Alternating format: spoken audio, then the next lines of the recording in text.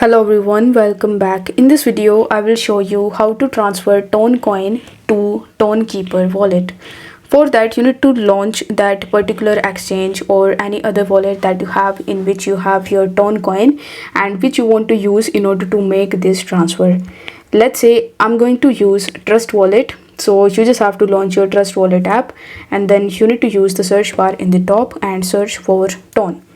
Once you are able to find Ton over here, you need to tap on it and then you just have to tap on the send button.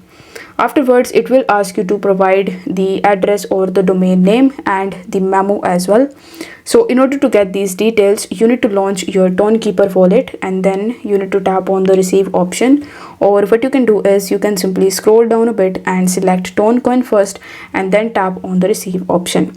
After that, you will be able to see the deposit address. So you need to copy this address from here, then come back to Trust Wallet, paste the address in the section, enter the amount that you want, and after that select or enter the memo.